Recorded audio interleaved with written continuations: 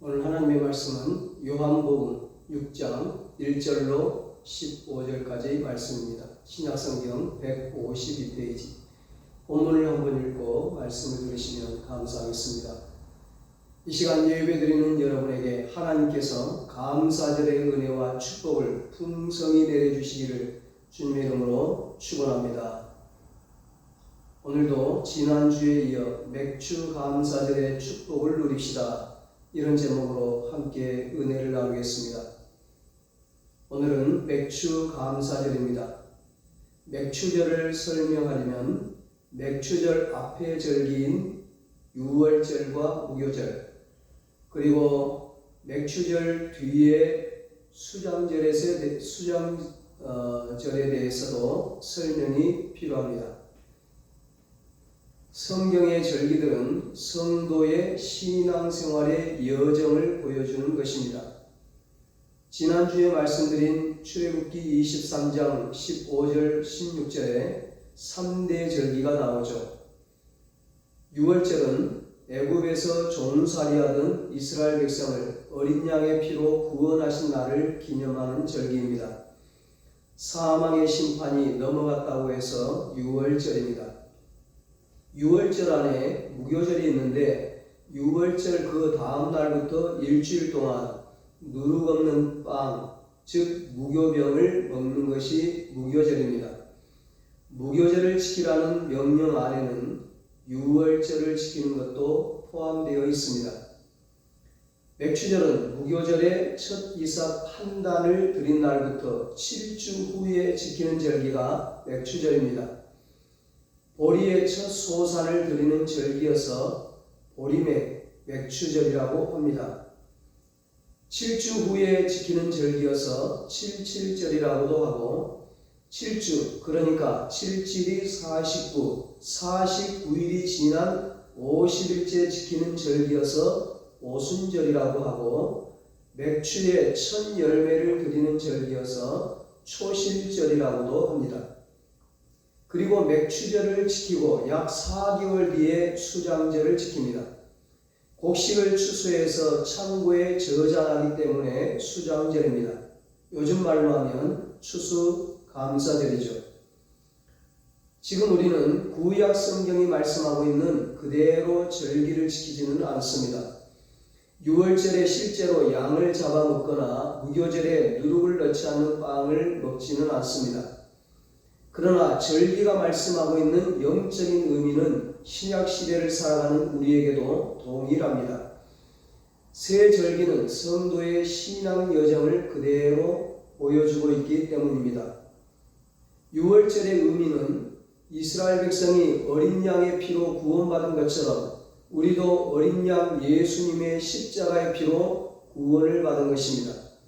고린도전서 5장 7절에 우리의 유월절 양 곧 그리스도께서 희생되셨느니라 말씀합니다. 무교절의 의미는 유월절 어린 양의 피로 구원받은 이스라엘 백성이 누룩이 들어가지 않은 무교병을 먹은 것처럼 예수님의 피로 구원받은 우리도 무교병을 먹어야 합니다. 오늘날 성찬식이죠. 이러므로 우리가 명절을 지키되 묵은 누룩으로도 말고 악하고 악의에 찬 누룩으로도 말고 누룩이 없이 오직 순전함과 진실함의 떡으로 하자. 고린도전서 5장 8절에 말씀합니다. 구원받은 성도는 죄의 누룩을 버리고 예수님처럼 거룩한 삶을 살아야 합니다. 우리는 영적인 유월절과 무교절을 지키고 있습니다. 그것이 성찬식입니다. 성찬식을 통해 우리는 예수님의 몸과 피를 먹고 마십니다. 예수님의 피로 구원받았음을 기억하기 위함입니다. 구원받은 자로서 거룩하게 살아야 함을 늘 마음에 새기기 위함입니다. 맥주절의 의미는 이스라엘 백성은 보리 추수의 첫 수확을 하나님께 드려 감사했습니다. 첫 수확, 첫 열매가 가지고 있는 두 가지 의미가 있습니다. 먼저 첫 열매는 가장 귀한 것입니다. 첫 열매를 드리는 것은 하나님께서 우리의 가장 귀한 분이심을 고백하는 것입니다.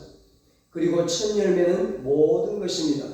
첫 열매를 드리는 것은 하나님께서 나의 모든 것 되심을 고백하는 것입니다.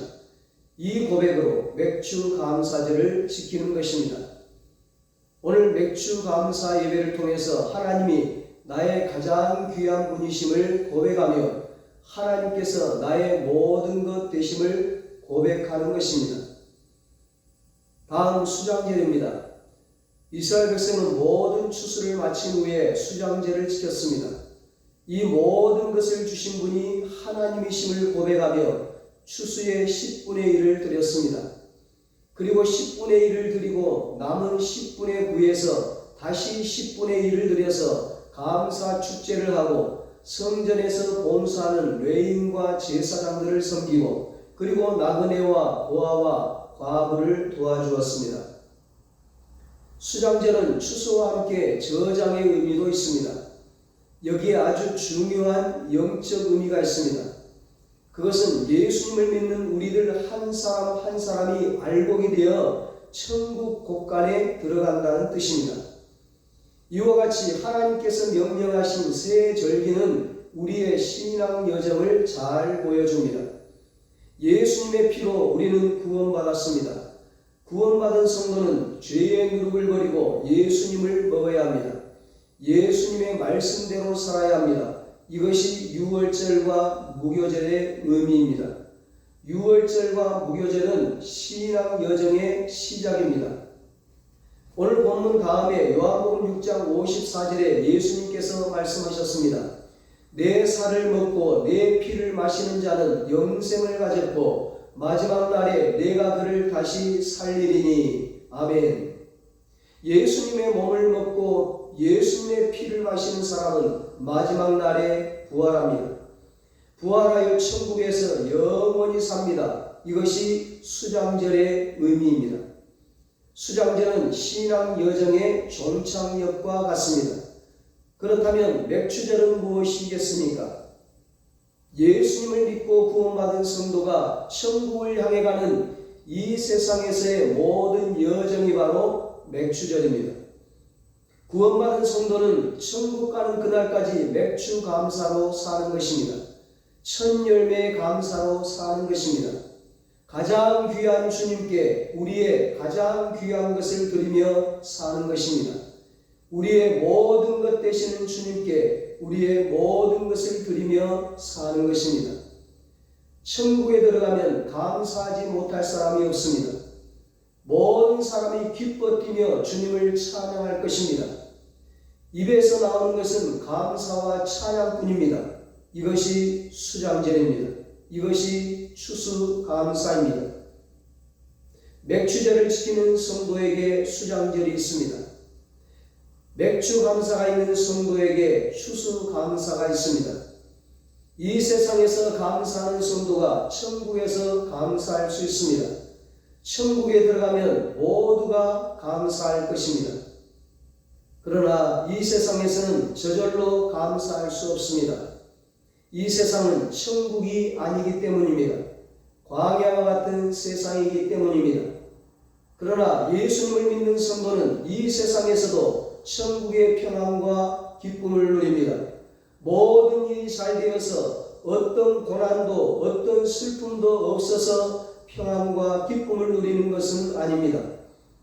오히려 우리는 이 세상에서 우리의 힘으로 해결할 수 없는 여러 가지 문제들을 만납니다. 오늘 본문의 상황처럼 이 세상은 날이 저물어가는 빈들, 광야와 같습니다. 오늘 본문은 예수님께서 보리떡 5개와 물고기 2마리로 성인 남자 5,000명을 먹이신 이야기입니다. 그래서 오병이어의 기적이라고 말합니다. 오병이어의 이야기가 마태, 마가, 누가, 요한복음, 사복음서에 다 기록되어 있는데 마태복음 14장 15절에 이렇게 말씀합니다. 저녁이 되매 제자들이 나와 이르되 이곳은 빈들이요 때도 이미 저물었으니 무리를 보내어 마을에 들어가 먹을 것을 사 먹게 하소서. 광야 빈들에 예수님의 말씀을 듣기 위해 아침부터 많은 무리가 모였습니다. 예수님의 말씀을 듣다 보니 어느새 저녁이 되었습니다. 다른 복음서에 보면 예수님께서 하루 종일 굶으면서 말씀을 듣는 무리들을 보면서 불쌍히 여기셨다고 했습니다. 뭔가 좀 먹이고 싶은 거예요. 그런데 모여있는 사람이 성인 남자만 5,000명입니다. 여자와 아이들까지 합하면 2만 명 정도는 되었을 겁니다. 이 사람들에게 빵을 조금씩 나눠주려면 200데나리온도 부족합니다. 한 데나리온이 그 당시 노동자 하루 품삯인데 200데나리온은 아주 큰 돈이죠. 예수님의 제자들에게는 지금 그만한 돈이 없습니다. 우리 인생에도 이런 순간들이 있습니다. 날이 저물어가는 빈들이라 아무것도 할 수가 없습니다. 빈손입니다. 정말 필요한데 가진 것이 너무 적습니다. 그래서 낙심합니다. 그래서 절망합니다. 이때 예수님께서 빌립에게 물으십니다. 우리가 어디서 떡을 싸서 이 사람들을 먹이겠느냐 하시니 예수님의 질문에 빌립이 대답합니다. 7절입니다. 빌립이 대답하되 각 사람으로 조금씩 받게 할지라도 200데나리온의 떡이 부족하리이다. 빌립은 계산을 잘했던 사람 같습니다. 이 정도의 사람이 조금씩이라도 먹으려면 200데나리온도 부족하다고 대답합니다. 그런데 돈이 없습니다. 결국 빌립의 대답은 불가능하다는 것입니다. 여러분이라면 어떻게 대답하시겠습니까? 날이 저물어가는 빈들을 바라본다면, 아무것도 없는 우리 자신들을 바라본다면 우리의 대답도 빌립과 비슷할 것입니다. 주님, 불가능합니다. 주님, 끝났습니다. 주님, 소망이 없습니다. 그러나 우리가 어디서 떡을 사서 이 사람들을 먹이겠느냐 말씀하시는 예수님을 바라본다면 우리의 대답은 얼마든지 달라질 수 있습니다. 예수님은 하나님이십니다. 온 우주 만물을 창조하신 분이십니다. 그 예수님께서 우리와 함께 계십니다. 그렇다면 날이 저물어가는 빈들이 무슨 문제가 되겠습니까? 200데나리온이 없는 것이 무슨 문제가 되겠습니까?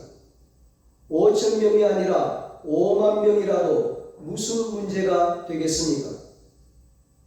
날이 저물어가는 빈들에 서 있는 분이 있습니까? 그보다 더 심각한 상황 가운데 있는 분이 있습니까?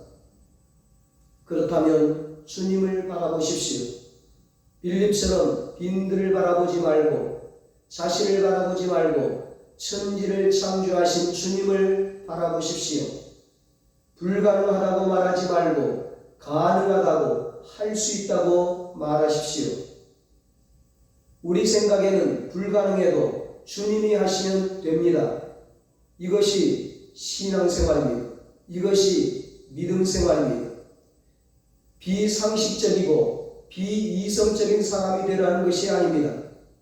우리의 계산과 생각과 경험과 방법을 초월하여 역사하시는 주님을 바라보라는 것입니다. 안드레가 바로 그런 사람이었습니다. 예수님과 빌립의 대화를 듣고 있던 안드레가 예수님께 말합니다. 9절입니다. 여기 한 아이가 있어 보리떡 5개와 물고기 2마리를 가지고 있나이다. 그러나 그것이 이 많은 사람에게 얼마나 되겠사옵나이까? 비록 작은 것이지만 주님께 한번 드려보자는 믿음으로 안드레가 말을 한 것입니다. 안드레는 주님을 바라보았습니다. 주님을 바라보면 날이 저물어가는 빈들도 문제가 되지 않습니다. 주님을 바라보면 5,000명도 5만 명도 상관이 없습니다. 주님을 바라보면 가진 것이 없어도 괜찮습니다. 주님께서 하시기 때문입니다. 사랑하는 여러분, 이 세상은 날이 저물어가는 빈들과 같습니다. 그러나 날이 저물어가는 빈들에서도 첫 열매를 드릴 수 있습니다. 6절을 보면 신이 어떻게 하실지를 아시고 말씀합니다. 예수님은 당신께서 하실 일을 알고 계셨습니다. 그렇다면 그냥 역사하시면 되지 않습니까? 그런데 주님은 안드레가 가져올 작은 아이가 드릴 보리떡 5개와 물고기 2마리를 기다리고 계셨습니다. 이 아이는 자신의 가장 귀한 것을, 자신의 전부를 주님께 드렸습니다. 보리떡 5개와 물고기 2마리는 보잘것없는 음식이었습니다. 보리떡은 모든 빵 중에서도 가장 값이 싼 가난한 사람들이 먹던 천히 여기던 음식이었습니다. 원어를 보면 아이가 드린 물고기는 갈릴리 바다에서 흔하게 잡히는 상품의 가치가 없는 작은 물고기였습니다. 보리떡 5개와 물고기 2마리는 정말 작고 초라한 것이었습니다. 이것이 첫 열매입니다. 추수감사절에 드리는 열매와 비교한다면 맥추감사 열매는 풍성하지 않습니다. 때로는 이 아이가 드린 오병이어처럼 작고 초라합니다. 그런데 예수님은 이 작고 초라한 오병이어를 귀히 보셨습니다. 이것은 아이가 가진 전부였기 때문입니다. 풍성한 추수의 열매 가운데 드리는 10분의 1도 귀합니다. 그러나 작고 초라해도 맥주 감사로 드리는 첫 열매는 더욱 귀합니다. 양으로 보자면 추수감사가 훨씬 더 많습니다. 그럼에도 불구하고 맥주 감사가 더욱 귀한 것은 그것은 전부를 드리는 감사이기 때문입니다. 사랑이 없으면 절대로 드릴 수 없는 감사이기 때문입니다. 예수님 당시 가난한 자들은 하루에 한 끼 먹었습니다.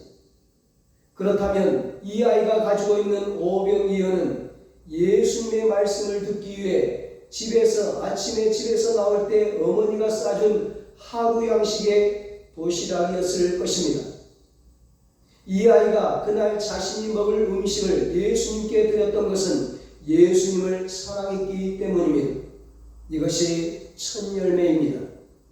가난한 과부가 드린 2렙돈과 같습니다. 누가복음 21장 3절 4절에 이 가난한 과부가 드린 헌금 2렙돈에 대해서 예수님께서 이렇게 말씀하십니다. 2렙돈은 가장 작은 단위의 돈입니다. 이르시되 내가 참으로 너희에게 말하노니 이 가난한 과부가 다른 모든 사람보다 많이 넣었도다. 저들은 그 풍족한 중에서 헌금을 넣었거니와 이 과부는 그 가난한 중에서 자기가 가지고 있는 생활비 전부를 넣었느니라 하시니라. 아멘. 가난한 과부는 생활비 전부를 넣었습니다. 이 여인은 어떻게 자신의 전부를 드릴 수 있었을까요? 주님을 사랑했기 때문입니다. 이것이 첫 열매입니다. 주님께 드리는 것은 액수의 문제가 아닙니다. 마음의 문제입니다. 내가 그 누구보다도 그 무엇보다도 주님을 더 사랑하고 있느냐 하는 것입니다. 첫 열매는 가장 귀한 주님께 가장 귀한 것을 드리는 것입니다. 그럴 때 주님은 우리가 드리는 첫 열매를 우리의 모든 것으로 받아주십니다. 비록 우리가 가난한 과부처럼 오늘 본문에 나오는 아이처럼 우리의 전부를 드리지 못한다 할지라도 가장 귀한 첫 열매는 드릴 수는 있습니다. 성경은 주님을 가장 사랑하는 것이 복이라고 말씀합니다. 주님을 가장 사랑하는 것이 왜 우리에게 복입니까? 주님을 가장 사랑할 때 가장 행복하기 때문입니다. 주님을 가장 사랑하는 자에게 참된 평안과 기쁨이 있기 때문입니다. 자신의 생활비 전부를 드리던 가난한 과부의 마음은 어떠했을까요? 예수님께 자신의 전부를 드리던 아이의 마음은 어떠했을까요? 놀라운 기쁨이었을 것입니다. 주님을 가장 사랑하는 것이 왜 우리에게 복입니까? 그럴 때 죄악 많은 이 세상에서 승리하기 때문입니다. 예수님을 믿는 성도는 수장제를 소망하며 마지막 추수의 때를 소망하며 이 세상을 살아갑니다. 예수님을 믿는 성도는 수장제를 소망하며 마지막 추수의 때를 소망하며 이 세상을 살아갑니다. 성도는 천국 소망으로 광야와 같은 이 세상을 지나가는 나그네입니다. 그래서 첫 열매를 드리는 맥추절 신앙으로 살아야 합니다. 그럴 때 세상의 마음을 빼앗기지 않습니다. 그래서 죄의 유혹을 이기는 것입니다. 광야 같은 이 세상을 맥주 감사로 사는 성도가 천국의 풍성한 추수 감사에 동참할 수가 있습니다. 맥주 감사가 없으면 추수 감사도 없습니다. 주님을 가장 사랑하지 않는 사람은 결국 이 세상과 이 세상에 있는 것들을 사랑하게 될 것입니다. 이 세상을 사랑하는 사람의 마음은 이 세상에 있습니다. 그런 사람은 천국에 갈 수 없습니다. 마음이 세상에 있는데 몸이 어떻게 천국에 갈 수 있겠습니까? 마태복음 19장 16절로 30절에 어떤 부자 청년이 예수님께 와서 묻습니다. 선생님이여, 내가 무슨 선한 일을 하여야 영생을 얻으리까? 예수님께서 너가 생명에 들어가려면 계명들을 지키라고 말씀합니다. 그러자 청년이 내가 모든 것을 지켜 싸운데 아직도 무엇이 부족합니까? 예수님께서 너 소유를 팔아 가난한 자들에게 주라. 그리하면 하늘에서 보화가 내게 있으리라. 그리고 와서 나를 따르라 말씀합니다. 예수님의 말씀을 들은 청년이 어떻게 합니까? 마태복음 19장 22절입니다. 그 청년이 재물이 많음으로 이 말씀을 듣고 근심하여 가니라. 이 청년은 세상의 재물 때문에 하늘의 영원한 보화를 잃어버렸습니다. 영생을 잃어버렸습니다.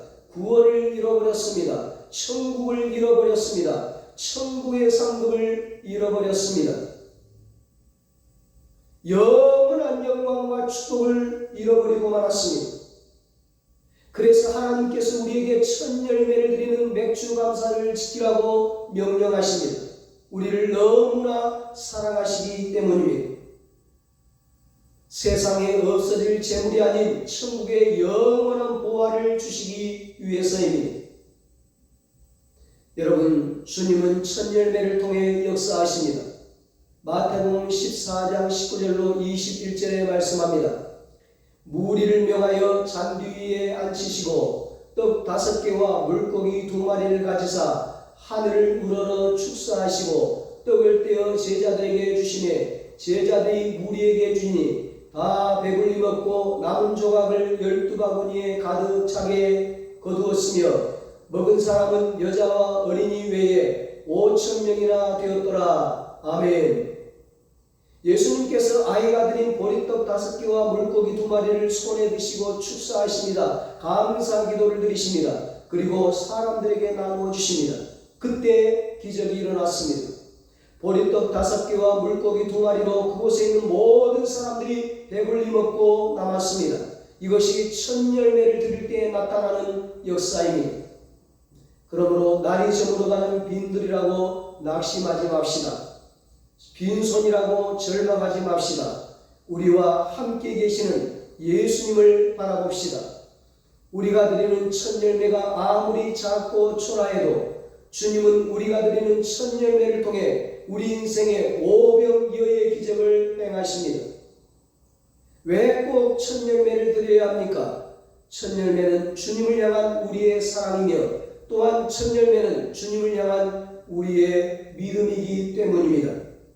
주님께서 내 삶에 반드시 역사하실 것이라는 믿음으로 드리는 것이 첫 열매입니다.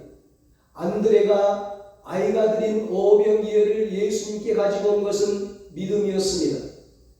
예수님이라면 이것을 가지고도 얼마든지 역사하실 수 있다는 믿음이 있었기 때문입니다. 예수님은 아이의 사랑을 통해 그리고 안드레의 믿음을 통해 오병이어의 기적을 행하셨던 것입니다. 첫 열매는 믿음입니다. 믿음으로 드리는 감사가 맥주 감사입니다. 그래서 힘들고 어려울수록 믿음의 감사를 드려야 합니다.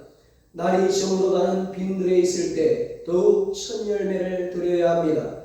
빈손일 때 반드시 첫 열매를 드려야 합니다. 첫 열매는 하나님의 역사의 문을 여는 마중물과 같기 때문입니다. 사랑으로 자신의 전부를 드린 사람은 아이입니다. 믿음으로 아이가 드린 오병이어를 예수님께 가지고 온 사람은 안드레입니다. 그러나 예수님은 아이와 안드레만이 아니라 그곳에 있는 모든 사람을 배부르게 했습니다. 한 사람의 사랑의 드림이, 한 사람의 믿음이 첫 열매가 2만 명을 배부르게 했습니다. 이것이 하나님의 역사입니다. 여러분, 세상의 재물 때문에, 돈 때문에, 권력 때문에, 명예 때문에, 인기 때문에, 쾌락 때문에, 부귀영화 때문에 주님을 떠난 사람들이 얼마나 많습니까? 제가 수없이 말씀드렸습니다. 물을 떠난 고기가 살 수 없듯이 주님을 떠난 인생은 살 수 없고 성공할 수 없고 행복할 수 없습니다.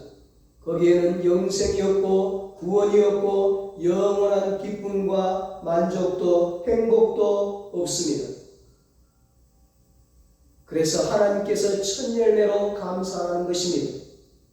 세상의 그 어떤 것보다도 하나님을 가장 사랑하고 하나님을 의지하고 하나님을 믿으라는 것입니다. 예수님을 믿으라는 것입니다. 거기에 구원이 있고 영생이 있고 참된 행복이 있습니다.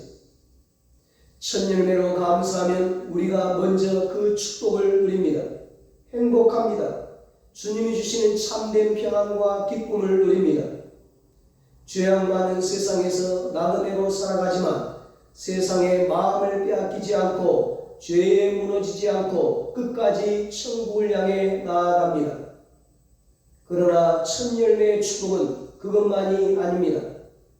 우리가 드리는 첫 열매를 통해 주님은 우리와 함께 있는 2만 명을 먹이십니다. 2만 명을 살리십니다. 우리와 함께 있는 가족을 살리고 성도를 살리고 이웃을 살리고 지역을 살리고 나라와 민족과 열방을 살립니다. 무엇보다 우리를 통해 세상 사람들이 주님을 알게 됩니다. 오늘 본문 14절 말씀처럼 말입니다. 그 사람들이 예수님께서 행하신 이 표적을 보고 말하되 이는 참으로 세상에 오실 그 선지자라 하더라. 아멘. 어린아이의 작은 첫 열매를 통해 놀라운 역사가 일어나는 것입니다. 이런 첫 열매의 축복과 역사가 우리 가운데도 일어날 수 있게 되기를 예수님의 이름으로 축원합니다. 기도하겠습니다. 하나님 아버지, 우리 은성교회 가족들이 오늘 어린아이처럼 첫 열매로 감사하는 축복을 누리게 하여 주시옵소서. 내가 드리는 첫 열매를 통해 가족이 살고 성도가 살고 이웃이 살고 지역이 살고 나라와 민족과 열방이 살아나게 하여 주시옵소서.